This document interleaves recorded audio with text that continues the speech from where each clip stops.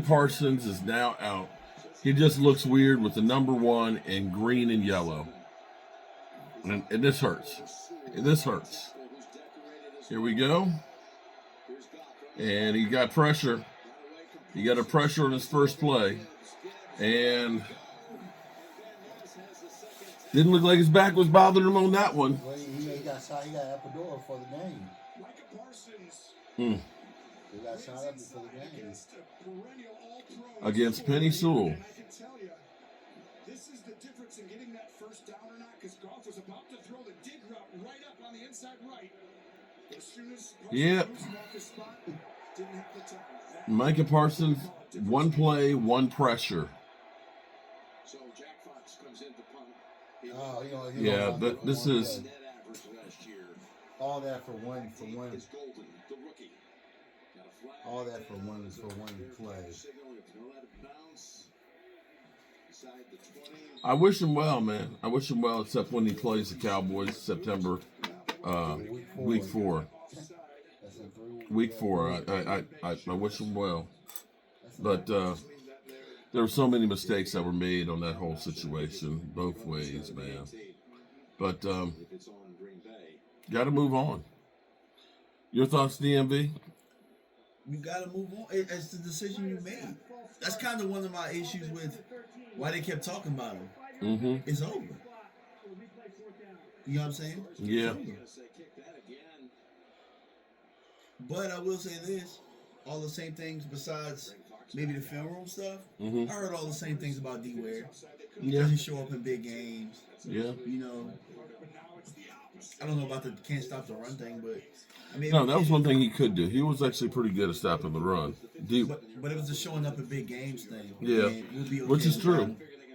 that. You know, D-Ware, it seemed like, we always talked about Tony Romo, was choker in December. But if you looked at D-Ware's career, the first half of the season is when he made, the majority of the sacks and stuff. By the time the season was in December and things, they weren't great numbers until he got Which to it wasn't Denver. his fault because they never gave him any help. Yeah. I mean, same thing. ironically, it's the same thing. They went to Denver. Well, I will say that we had better defensive tackles with Jay Ratcliffe and Jason Hatcher than we've had since then. I mean, it's crazy as it sounds right now. I will say that the defensive tackles that we have right now are probably the best that we've had since Hatcher and Jay Ratcliffe, with Osa and Clark. It's just one of those things that they don't look at. Yeah, that one. But he won a Super Bowl. He won a Super Bowl because he ended up having Von Miller on the other side. He had help. Here's the thing. The Cowboys, they get a great player, instead of complimenting them and trying to maximize what they do, they just look at it and say, well, he's a great player, then he should be able to win it all by himself. And it's not the case. Even with Lawrence Taylor, when you look at having Harry Carson out there and having Carl Banks and some of the guys that were on that defense, it wasn't just Lawrence Taylor by himself. Lawrence Taylor was one of the greatest players that were out there. But if you put him on a defense with a bunch of guys that are just ass, he's not winning the Super Bowl. And, we can try and sugarcoat it and say that, no, it's not. It doesn't work that way. You have to have a complete team.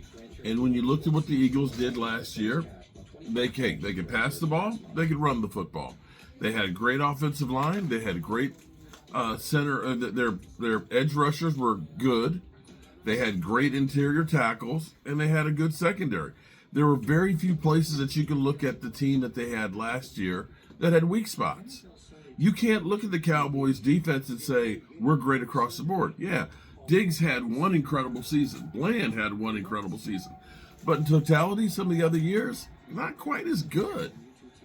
And when you look at the rest of the team, how many other great players do you look at since Micah Parsons have been there that have been on our defense? D-Law, for the most part, probably has missed about 40% of the time playing with Micah Parsons. Yeah. Defensive tackles, Hankins may be the best one we had. That says a lot. Okay. Hankins is the best defensive tackle Until that this year. team, yeah. During Micah Parsons' era. And I think the last one was probably David Irvin. Before Yeah. that. And so, what are we talking about here? You're not helping your players.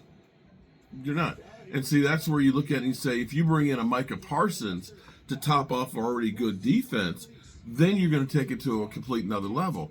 But one player is not enough to just win by themselves. It's just not.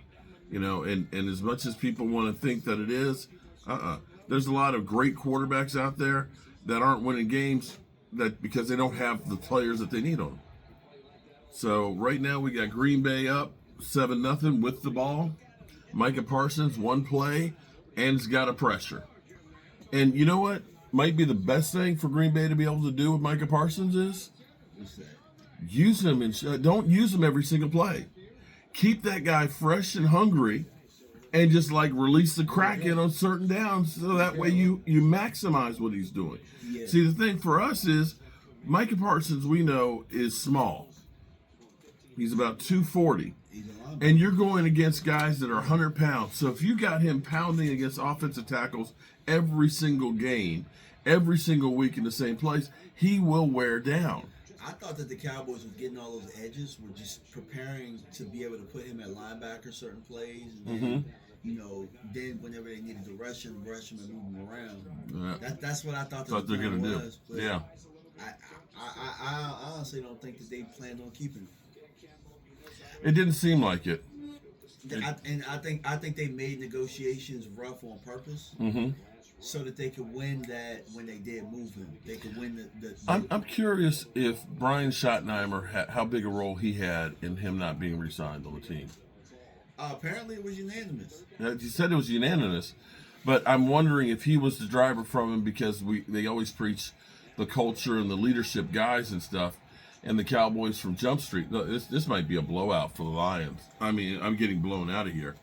You got Green Bay in the red zone already, up 7-0. This is getting ugly early. But I wonder if that was one of the ones they said, okay, we want culture guys that are in here, and we want to build a team using that money. Talk is cheap. I got to see them actually try and do something other than what they're doing. If they end up just saying we're just going to take the draft picks and we're going to build a team that way, there ain't nothing changed, but we'll see. Right now, Green Bay, if you are a Eagles fan, you might want to look real hard at the Green Bay Packers right now, because Micah Parsons going there may become your biggest nightmare if we're talking about repeating. But Washington's not winning next week if Green Bay's playing like this. That's going to be a big game. Because they're playing on Thursday. It's still they early, play on though, Thursday? guys. It's still this real week? early. Yeah, it is. They play this Thursday? Oh, damn. Thursday. Yeah, Oh, man, it's going to be a big week then this week. All right, Seattle and San Francisco tied up 7-7. Okay. Seattle said, we ain't scared of you, mother humpers. Okay, hopefully you'll see some DeMarcus Lawrence. And we got Tennessee and Denver tied up 3-3. All right, that's what we got.